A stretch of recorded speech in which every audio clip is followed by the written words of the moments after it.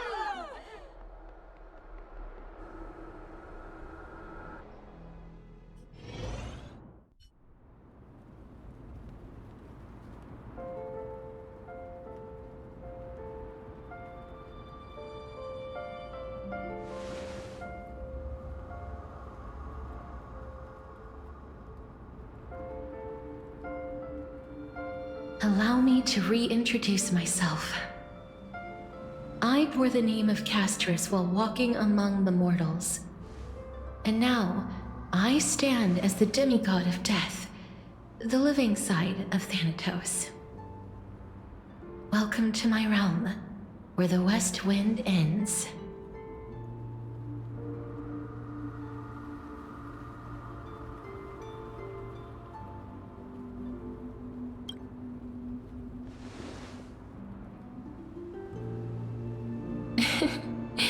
You're still as energetic as always.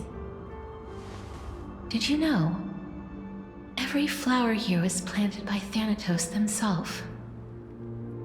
These flowers were originally both lifeless and immortal, but in the first rain brought by the River of Souls, they were given new life, flourishing as the bearers of countless souls. And it is my duty as the Master of Death to tend to their well-being and foster their growth in this serene haven. Similar to the structured cycle of life and death in the mortal world, these flowers too shall wither and fade, returning to the earth and then ascending to the sky with mist and tides. Eventually, they will descend to the mortal land as gentle rain. Every soul undergoes the perpetual cycle of reincarnation, albeit in varied forms, until the world meets its end. Yet, sadly, there's no time left for Amporeus to wait for when the flowers bloom again. Now, death is the power at my fingertips. It once led the souls of the deceased here, but I shall open the gate of the netherworld and return you to the realm of the living. In exchange, please take the Coreflame of death with you and complete the flame chase journey. Do not let our work thus far be in vain.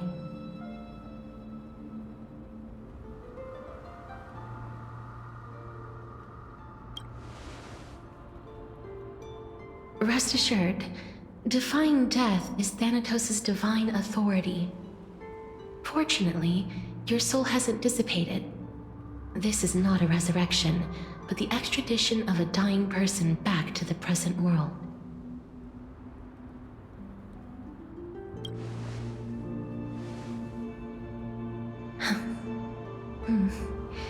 Just like the other demigods, I will stay here and embrace my destiny. That being said, it is not easy to guide a lost soul back to the mortal realm. The whispers of death are sweet and alluring. If your determination wavers, you will succumb and be forever ensnared by the netherworld's grasp. Please consider this a one-time exception. I will do everything in my power for the flame chase journey. And for your life, the only life I can save.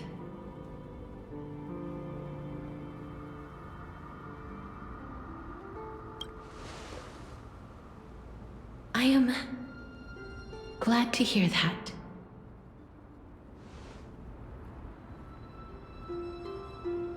Over here!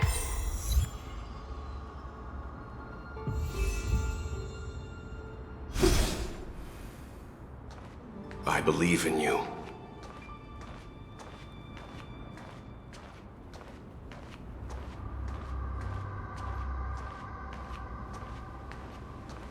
Keep at it.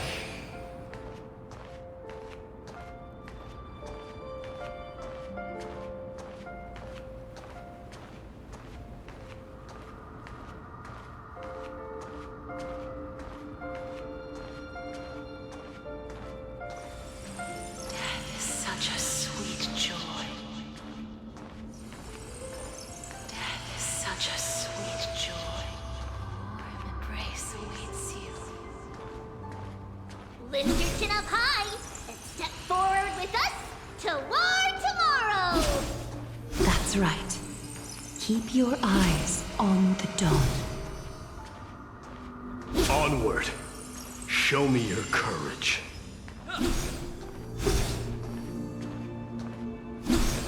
Partner, we shall become heroes. Partner, don't you dare lose to the shadows of death. Partner, don't you dare lose to the shadows of death.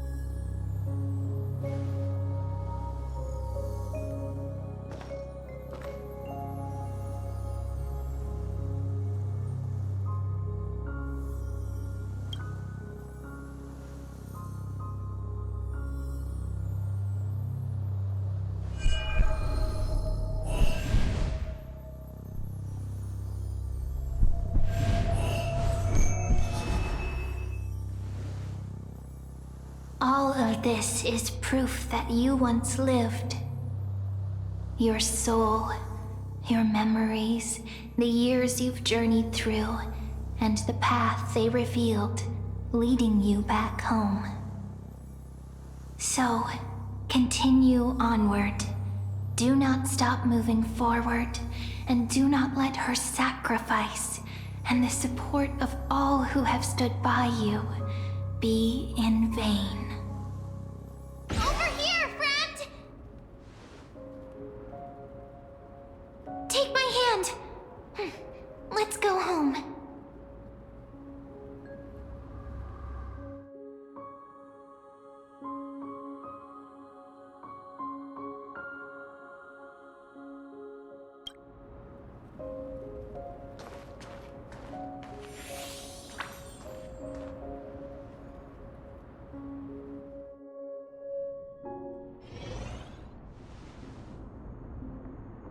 At last, I knew you could do it.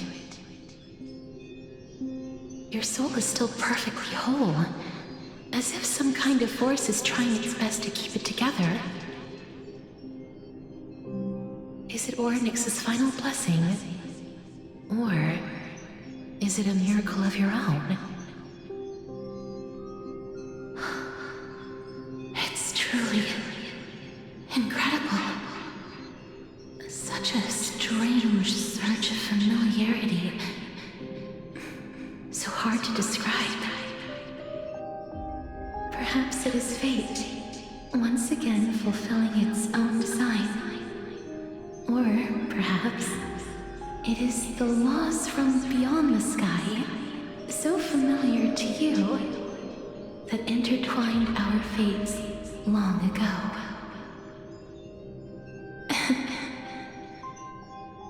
It seems that this is a riddle which cannot be solved anytime soon. The sensation of becoming a demigod is truly wondrous. It's as if the river of souls is winding its way through the depths of my spirit, transforming with each breath into a fine rain that nourishes the world. Do you recall that prophecy? At the end of the sea of flowers, the souls of the living shall warm thy fingertips, and after an embrace, there shall be eternal separation. I promised you that I would do everything in my power to give it another meaning. Now, as I stand as a demigod, and destiny draws to a close, I can finally end it in a way that is as beautiful as it deserves.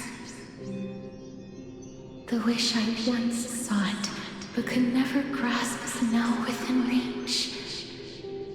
In this brand new world, every blooming life will lift its arms in celebration and recount the profound meaning of this very instant. Every touch, every embrace we share will never again be an ice-cold loss. They will radiate with an intense warmth, sowing love far and wide throughout the land.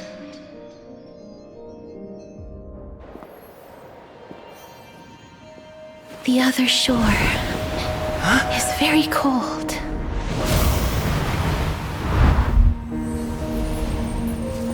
May I borrow your warmth one last time? Thank you for fulfilling this wish of mine. The place I'll be going to is what humans call the Land of Sorrows. But with this heartbeat and the residual heat of this embrace, I shall turn the nether realm into a gentle place of rest.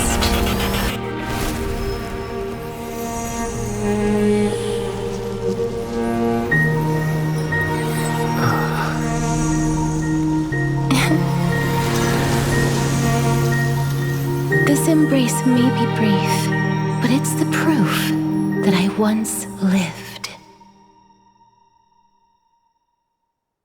Farewell, then. May we reunite in the new world.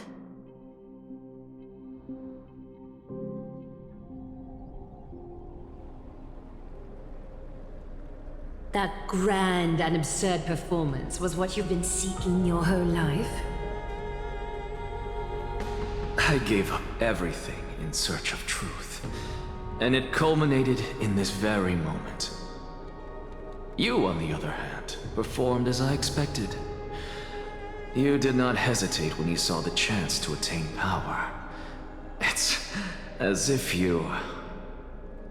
crave power, like a fly craves rot. Those are your words, not mine. But what you said at the end, did you already know what I had planned for Thainan? I may have lost an eye, but my vision is clearer than anyone else. You've nearly exhausted your humanity.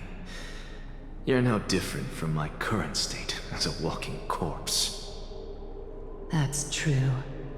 I've long since burned to ash over the past 1,000 years. Only he is capable of unleashing a raging fire that rivals our final great enemy, Aquila. So, this is our last chance.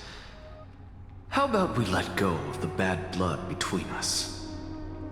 May I resonate with your Coreflame, Aglaya? Please do. That's impossible. To persist with your soul thinned to such an extent. You're insane. Just as you fight to lug your corpse onward to complete your unfinished goals, I have my own reasons for doing this. Until Thainan grows into his position as the prophesied leader, I must continue to lead everyone on the flame chase journey. I must keep inching forward, even if only as an empty shell. I've long predicted this was the case, but I didn't think you'd already lost so much. How ironic. We would have avoided so many misunderstandings if you and I had just spoken this candidly before. But casting aside our ideological differences, there is one thing you and I agree on. Thainan. Yes. He was born to be a hero. He understands the hearts of the people, and I can confidently say he is a far better leader than you. Only he is capable of fulfilling your mission. Sadly, he is a man cursed by Nestia. But by my estimates, his horribly elaborate sense of style should not impede Era Nova. Congratulations are in order. We found common ground at the very end of our destined paths. When you put it that way, it makes me want to take back what I said. Glaya, we're back. Come welcome our great hero reborn from the ashes. I hope he didn't hear your earlier assessment. It wouldn't be the first time I criticized him. A man should be aware of his own shortcomings.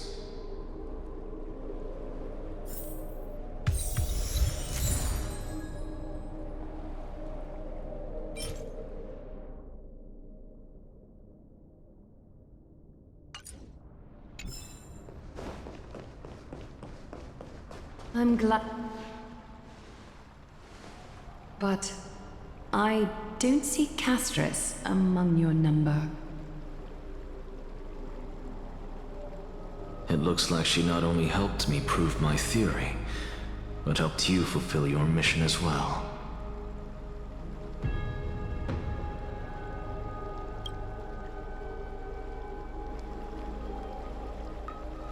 She might not have been able to change her fate, but she still wrote the final verse of her epic herself. Trianne, please recite the prophecy for us. Trailblazer, please surrender that scalding Coreflame for us as well. You are the only life she ever saved by her own hand in her 1,000 years on this earth. I believe no one is more qualified for this noble task.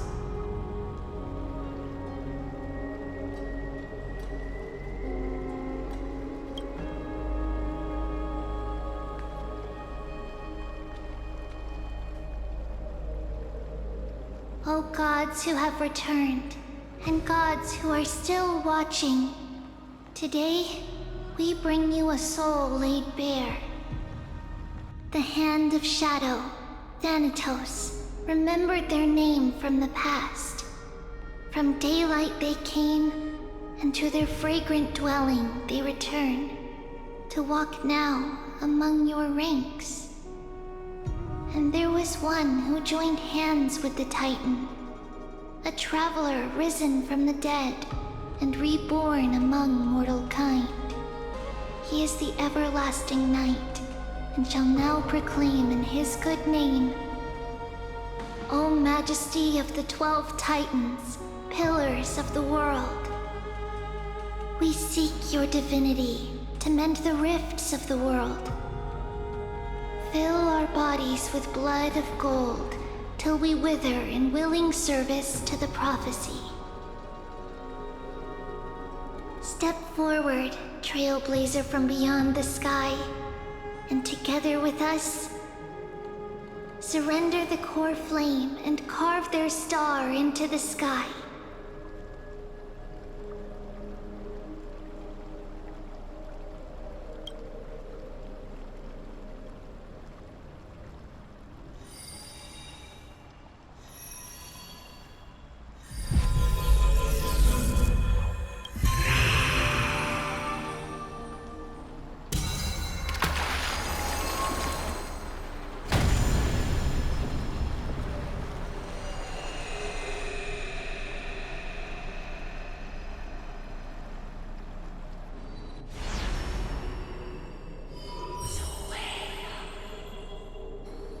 A constellation for death.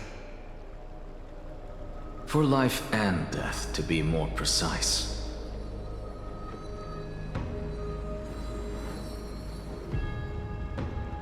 Look! It's...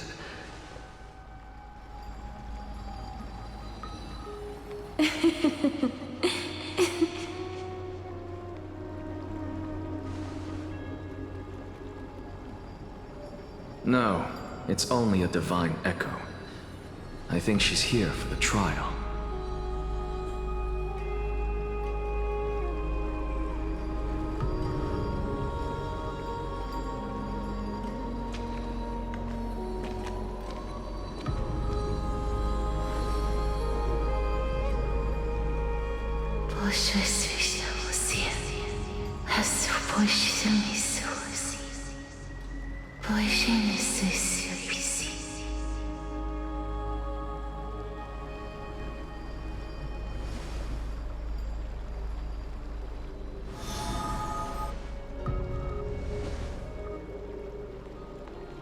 What did she say?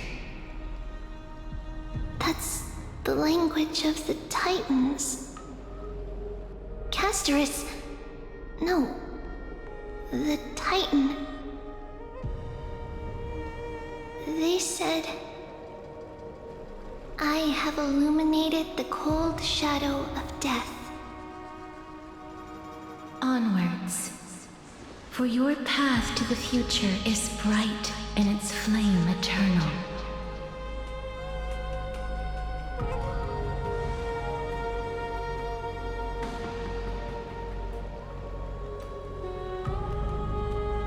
Do not forget.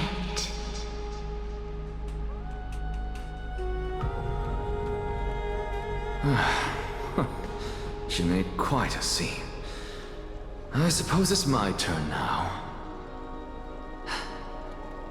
I won't stop you. Professor, you... What's with that look? You were present. So, let's get this execution over with. We wouldn't want to bring shame to Akima's divine laws or keep me from creating a new world. You never change, do you, Professor? I don't understand. If your theory is correct, you'll lose all memories of your past life once you become a Titan. So what's the point of becoming a god? Of course there's a point. Even if I forget who I am, I'll still have my brilliant mind. It goes without saying, I'll find a way to retrieve memories of my past life. Besides, I still have you, don't I? I still don't really understand what you said during the assembly. Even if it were true, things reforged from memory could never be the same as the original anyway. Then allow me to tell you right now that you're wrong. What exactly are we?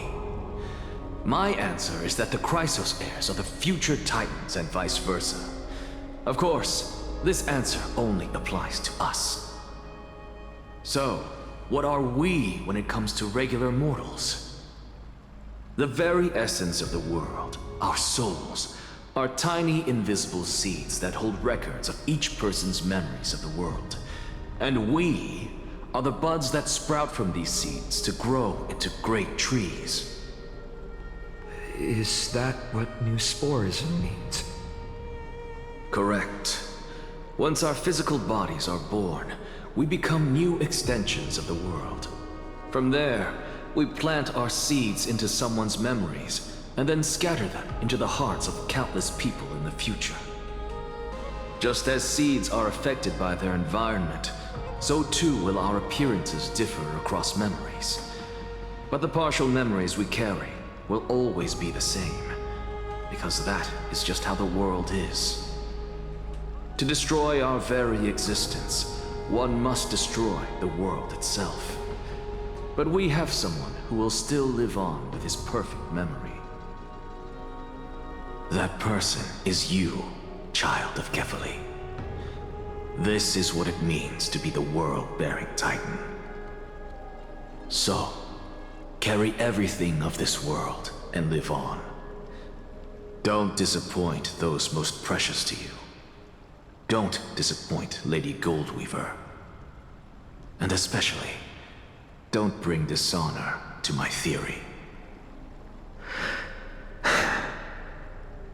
Anaxa, I swear to you, I'll lead everyone to our reunion in the new world. Good. That is all I have to say. Farewell, everyone. May we meet again in the next life. Farewell, great performer. May Cerces safeguard your thoughts.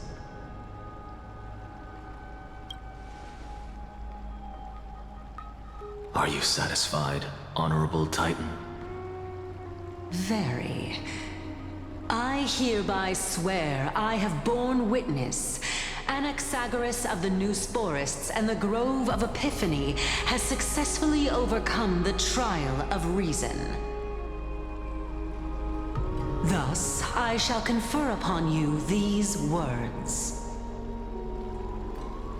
You shall transcend the peaks of purity and return to corruption and hardship. Oh, so that's a god's prophecy. It sounds like you just rephrased my past, present, and future. Oh, Cerces. Is that all you've got? Well, you've already transcended the peaks of purity, and you were never the type to give me any leeway. That is true. But I do still have one question. I knew it. What is it? Maybe we're thinking of the same thing. As you've so boldly stated, we and the world itself live on through the memories of others. If that is the case, whose memories did the very first new spore sprout from? How should I know?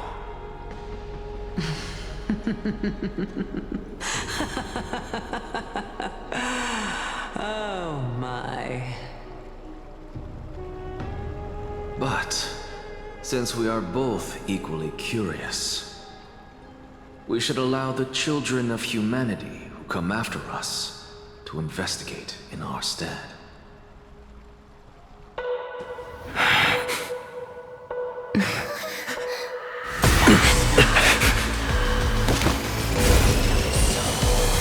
Rejoice, Cerces.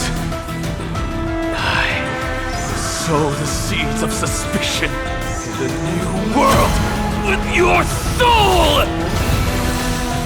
And now, the objective is complete. That is all.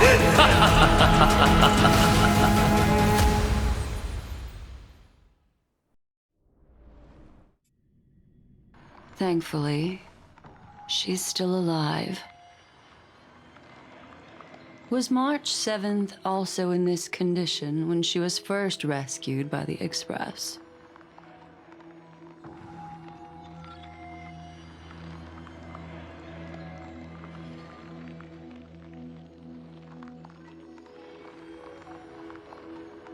But she still woke up naturally.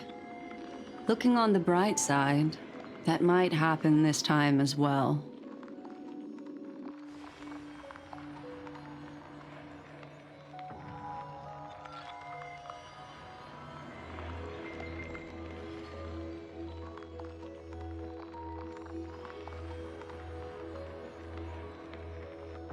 I do not have conclusive evidence, but judging by her current condition, perhaps March 7th's memories have been hijacked. Think about it, Miss Himiko. What will happen when someone loses their ability to remember?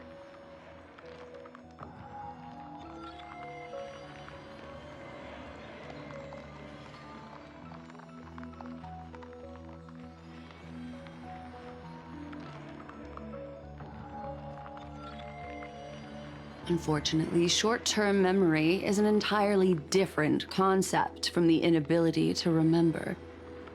Perhaps it is difficult for you to imagine, but an individual who has lost their ability to remember turns into nothingness. The belief of the Garden is that everything in this universe can be interpreted through memories. This is the driving force behind the continuance of this path. The past is made up of memoria, while the future is a possibility that will eventually be converted to memoria.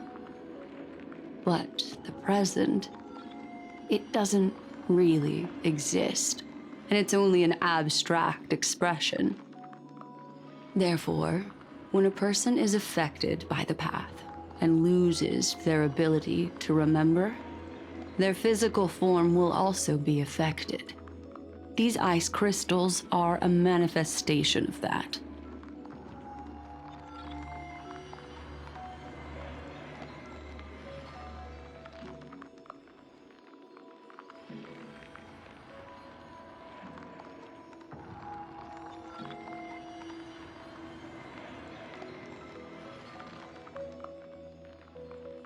Is Miss Himiko suspicious of me?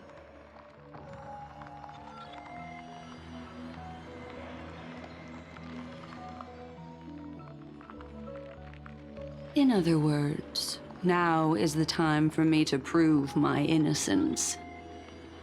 That's not a problem, of course. The true reason behind my intentions is that Amphoreus holds special significance. For some memo keepers of the garden with extremist views, it is a perfect example. A world that can only be seen through the garden's mirror means that memo keepers have the right to keep the world in their private collection. If those pathstriders of remembrance were to uncover the secrets of Amphoreus first, they might unleash their wild ambitions and remodel more worlds into a similar form.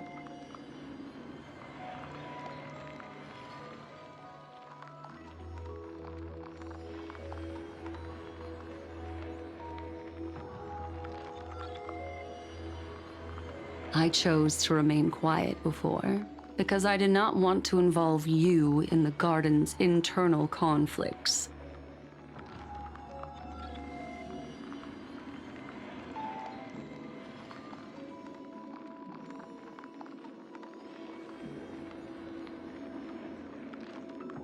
You can be even bolder with your guesses. The people that I'm talking about, they aren't just individuals. They are an organization that has already attached itself to the pinky finger of Fuli.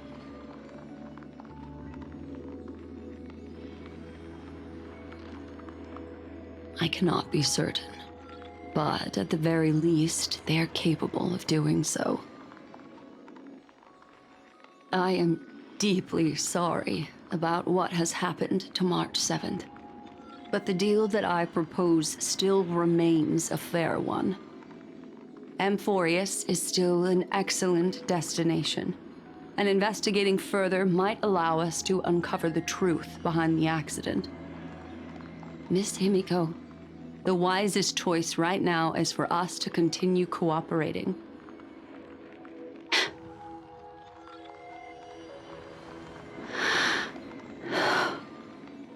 Let me take back a part of what I said just now, Miss Himiko. Although we indeed struck a deal, it seems like I have involved you in some unforeseen danger. Please accept my deepest apologies.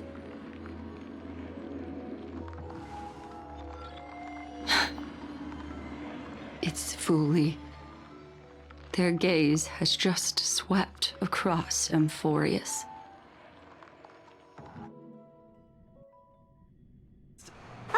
How interesting. I never expected a mere memo snatcher to be actually hiding so much inside her head. What's even more interesting is that the word Amphoreus has appeared in her subconscious. This lady seems to be having fun. Is she usually like this? It's hard to explain. What are you two whispering about? Has it not occurred to you that I can hear everything clearly? Please pardon me, Madam Herta. Would you mind sharing with us what you've discovered? The ones who need help are the Astral Express. You will have to put up with my methods, even if they are rather unconventional. let's get back to the topic. By using the fourth mirror, I rummaged through the brain of this memo snatcher and learned a good deal. Not only does this person know of Amporeus, but there are also many memo keepers who are interested in the place. I searched through her consciousness and found the following terms: the Eternal Land, the Rejected Land, and the private collection of the Garden of Recollection.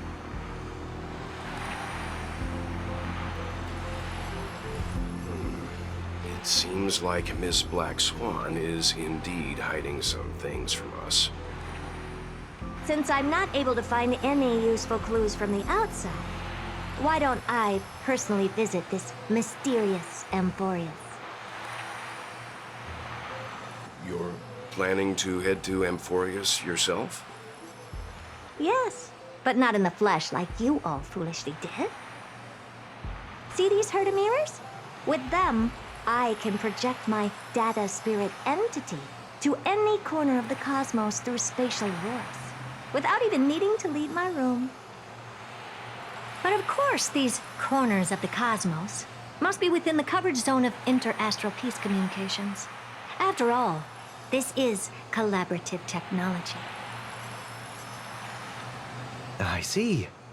You do seem like the more indoor type. Although that star zone is not within the network of the IPC, the Express itself can serve as a signal station. Come, give me the astral chart coordinates. Then, sit back and enjoy the show.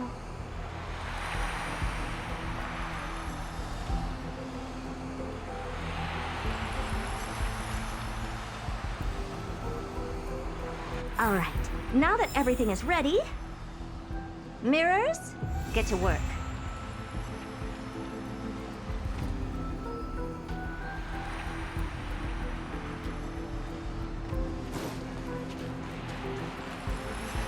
Madam, watching you work has been an enlightening experience for me. It's hard to imagine that an outstanding scholar like you could maintain such a relaxed manner most of the time. Your calm and collected nature is truly a trait that I should learn. This brat. Why does everything that comes out of his mouth sound so snarky? Thank you, Madam Herta. Companions are the lifeblood of the Astral Express. When things are settled, we will repay you for all your help. Well, this young man sure is courteous.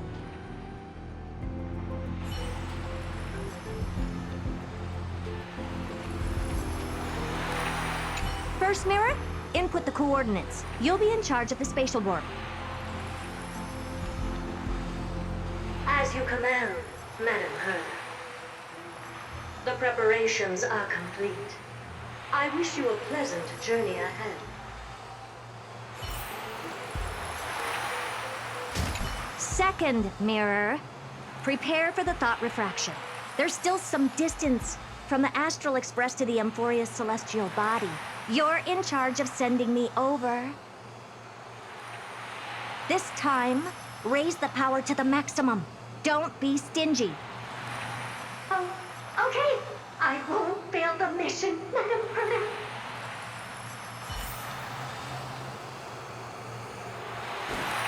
Third mirror, you're in charge of generating the data spirit entity. I'm happy to help, Madam Herta. What kind of appearance are you planning to use this time? Good question. Let me think. Forget it. Just use my own appearance. There's no one there that'll recognize me anyway.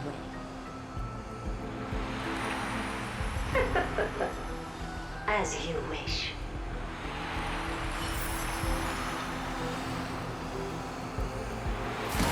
Fourth mirror, you'll be in charge of...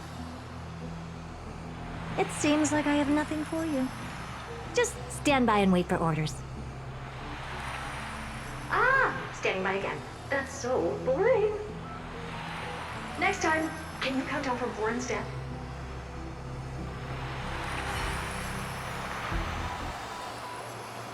Fourth mirror, it seems like I have nothing. Ah! Standing by again. That's so. Next time, can you count down from 4 instead?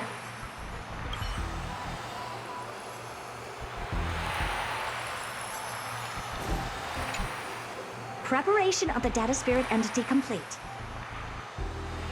Thought refraction at max power. Excellent. The first mirror. Let's get going. Have a safe trip, Madam Herta. May your journey yield good results. Coordinates input complete. Preparing to activate spatial warp. Destination, unknown celestial body, Amphoreus. Spatial warp countdown. 5, 4, 3, 2, 1. Warp activated.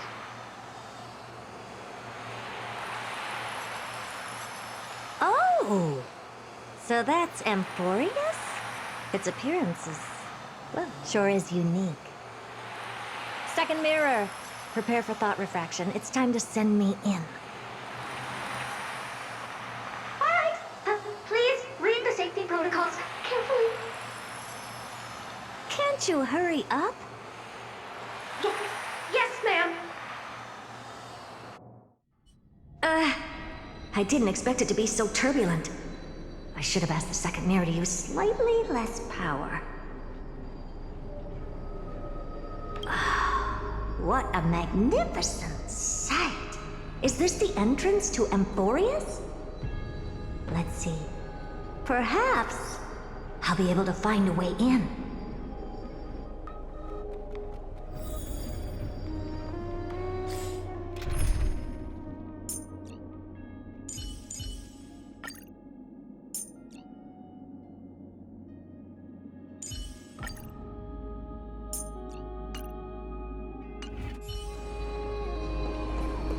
What's this? A statue? It's ugly. I don't like it. Oh, I finally found your traces. How esteemed must you be for the great Herta to come out personally? When we return, get ready to become free labor for the simulated universe for the rest of your lives.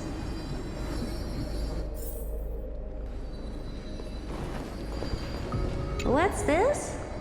How creepy. Oh, it moves? Who are you trying to scare? It's either a projection or a fake. There doesn't seem to be much to take note of. Now then, how am I going to get into Amphoreus?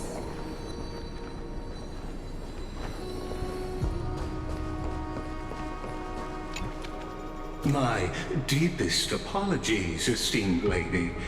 I'm afraid that you cannot proceed further. Who's there? Your visit, although not part of my calculations, is a pleasant surprise. It's a pity that the preparations are not yet in place to receive you with the hospitality that someone of your status deserves. Are you not going to answer my question? Who are you? I have many identities, and I'm going to have even more in the future. But if you just need a form of address, you can use my common alias. Lycurgus. Lygus. All right, Lygus. But you can't possibly think that I'm just asking for a name, can you? Regrettably, I do not have the authority to share more information. However, standards are always flexible. While not violating the ultimate agreement, I'm able to disclose this piece of information. As you thought, this is the entrance to Amphoreus. Now, please, kindly turn back. Amphoreus is not a world that you should be involved with, regardless of what kind of magnificent achievements you have accomplished. This place will not open its doors so easily. You seem to understand me very well. Then you should know that I have no reason to listen to you. Your reaction is completely within my calculations.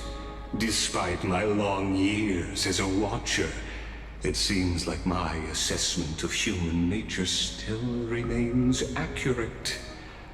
From you, I'm able to sense a beautiful desire for knowledge. But my answer remains unchanged. Madam, it is with the utmost goodwill that I suggest you return to where you came from. Let's assume for a second that I'm not so well-mannered, and that I insist on uncovering the secrets hidden behind you, Mr. Lycurgus. How do you plan to dispel this notion of mine?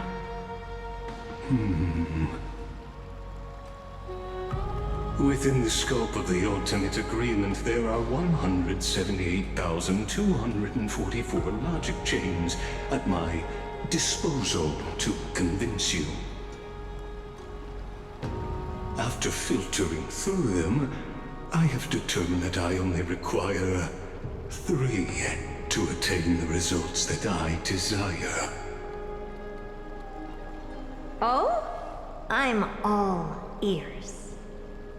First, for reasons that cannot be disclosed, Amphoreus is a completely isolated celestial body. Apart from me, no one else will be able to help you enter. That's not a good argument.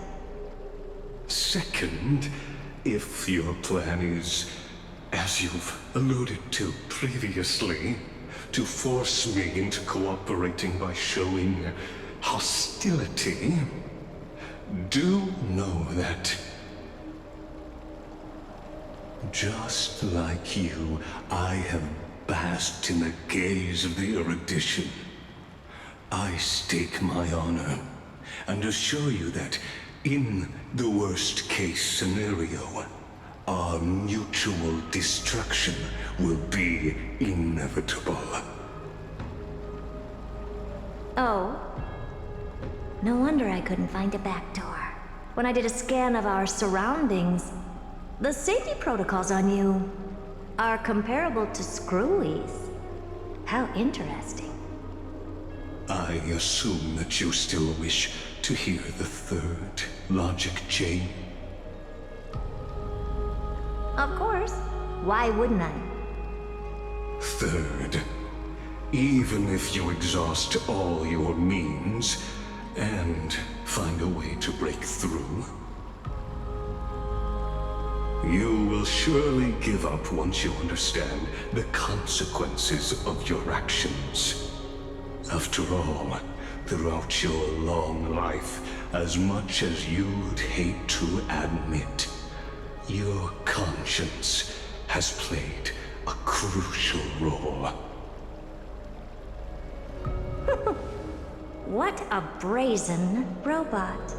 You think that you can actually understand me through your paltry calculations? But since you put it that way, why don't you tell me what these consequences will be? It concerns the third path that is entangled with Amphoreus. A path that you and your friends still very much lack understanding of. The destruction.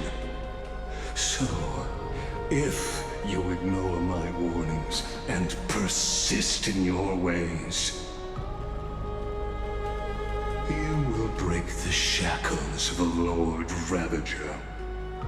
And when that happens, Their fury will engulf the cosmos.